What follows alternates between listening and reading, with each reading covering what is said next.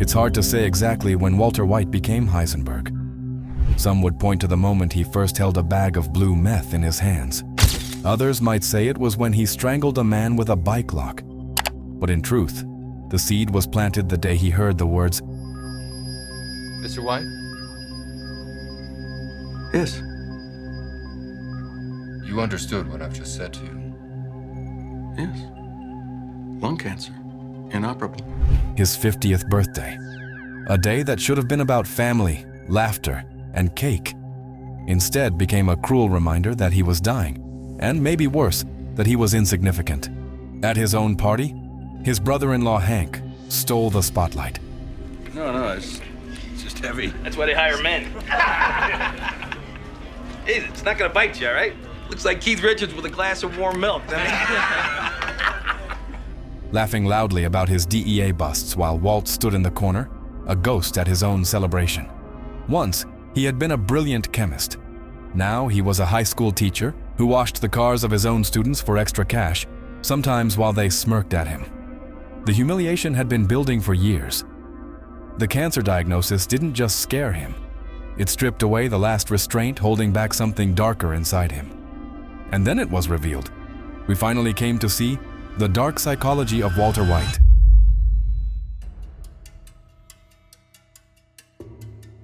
The ride along with Hank was supposed to be a distraction. Walt watched as DEA agents raided a meth lab, and that's when two things hit him. First, the staggering amount of cash this world could generate. Second, Jesse Pinkman, his former student, scrambling out of a window, escaping the raid. In that moment, Walter saw his way in, and more importantly, he wanted in. On the surface, he told himself it was about money, $737,000 to be exact. Enough to pay the mortgage, college tuition, and medical bills. But deep down, this wasn't about saving his family.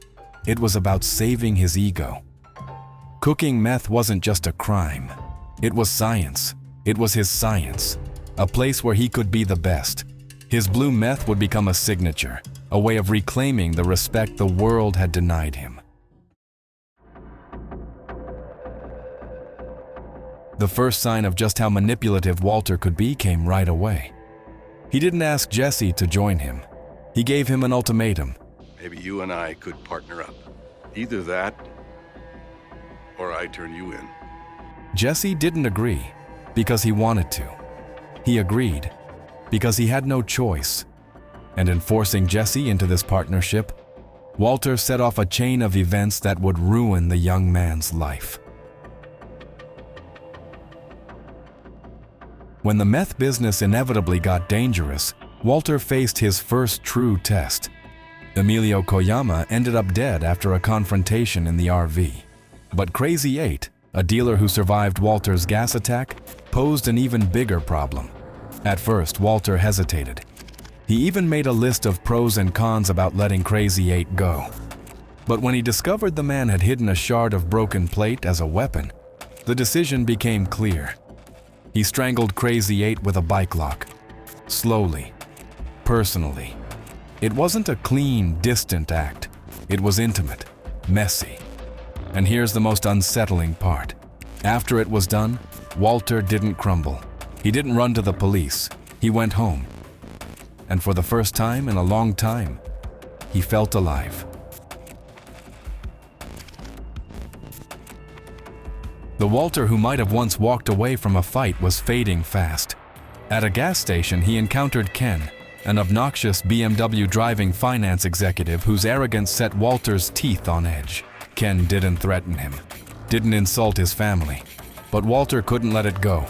So he sabotaged Ken's car, caused it to explode in the middle of the gas station. It was pure pettiness. And it didn't bother Walter for a second that he could have killed someone. It was a rush, a petty act of revenge disguised as justice in his own mind. If Walter White was the man who feared the world, Heisenberg was the man the world feared. The turning point came when Tuco Salamanca beat Jesse nearly to death and stole their product. Walter shaved his head. put on a pork pie hat, walked into Tuco's office with a bag of what looked like meth, but was actually fulminated mercury, an explosive. Then, in a single terrifying moment,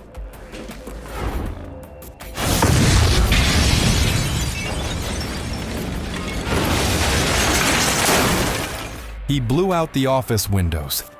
He could have killed everyone in that room, himself included. Innocent people nearby, collateral damage. But that wasn't the point. The point was the look on Tuco's face, the fear, the respect. At that moment, Walter wasn't a dying man anymore. He was in control, and he liked it. Walter's crimes didn't just poison the streets, they seeped into his home.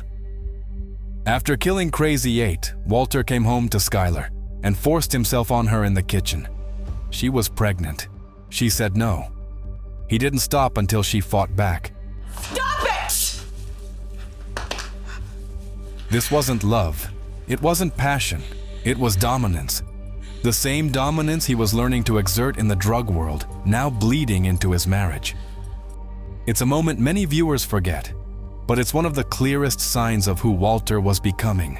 A man who saw people, even those closest to him, as extensions of his own will.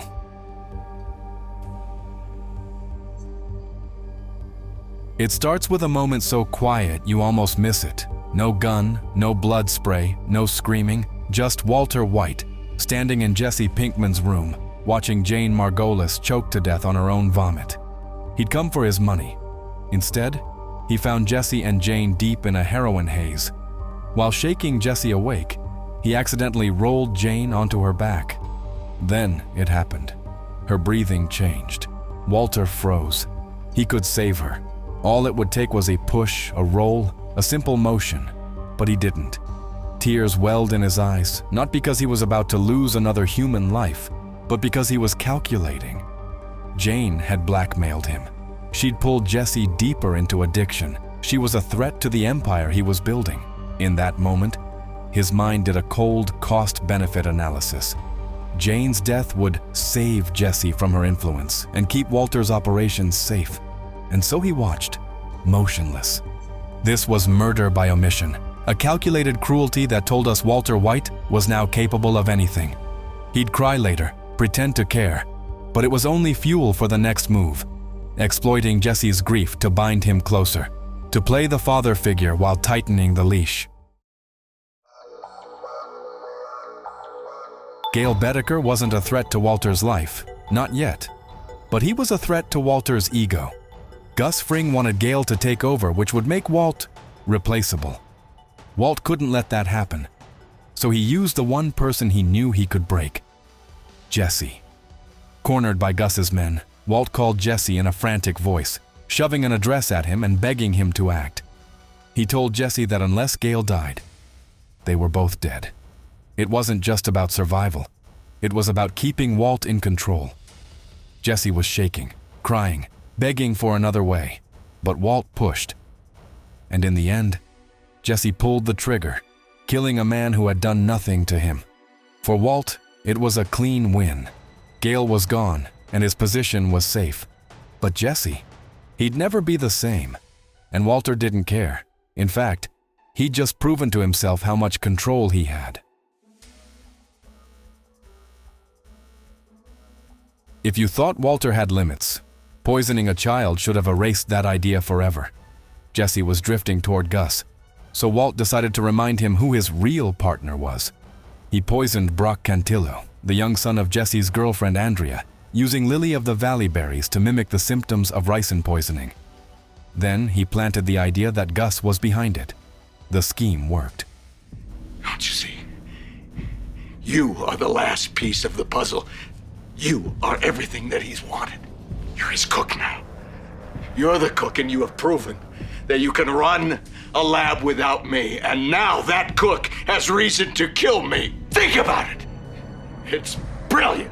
So go ahead. If you think that I am capable of doing this, then go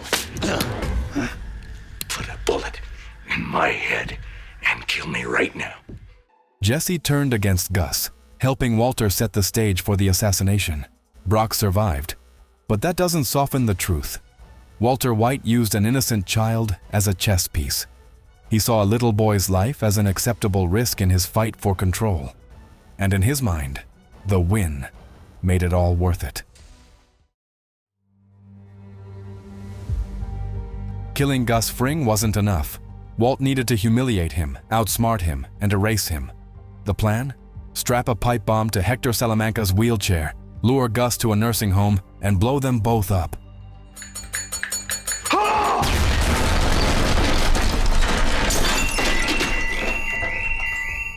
Collateral damage, the lives of other elderly residents, none of it mattered. When the smoke cleared, Gus was gone. Walt stood on a parking garage rooftop later and smiled into the phone. I won. That was all that mattered. Not the lives lost, not the destruction left behind, just the win.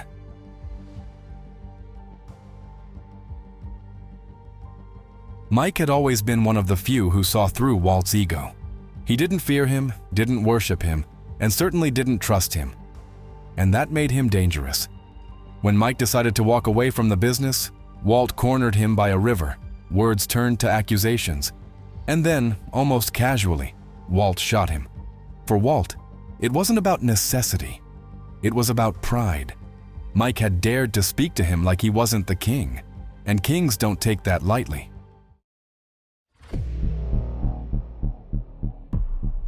When Hank and Gomez finally caught Walt at his money burial site, it should have been the end. But Walt wasn't ready to lose. He called Jack Welker's gang for help. The problem? Help came in the form of bullets.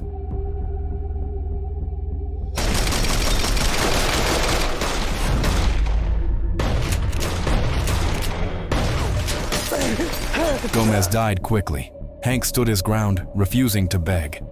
Walt tried to stop the execution, offering his fortune instead. Just no scenario where this guy lives. No, listen! I have money! It's buried out here. $80 million. How about it, Hank? Should I let you go? My name is Asac Schrader. You can go fuck yourself.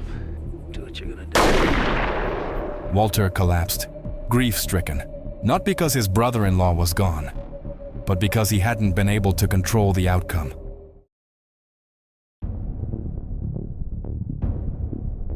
After Hank's death, Walt's world was burning down, and in the chaos, he did something almost unthinkable. He took his infant daughter, Holly, and drove away. She was too young to know the truth, too innocent to see the monster her father had become.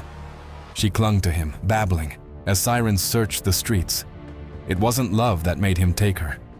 It was desperation, a bargaining chip. Eventually, he left her at a fire station, safe, but abandoned.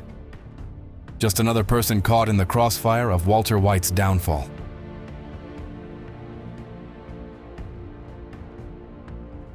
Walt's end came in a blaze of blood and ricin. Lydia Rodart Quayle, once his ally, drank her morning tea, unaware that the sweet taste of stevia was laced with poison. Walt called her later, just to tell her she was dying. Like you've got the flu? That would be the ricin I gave you.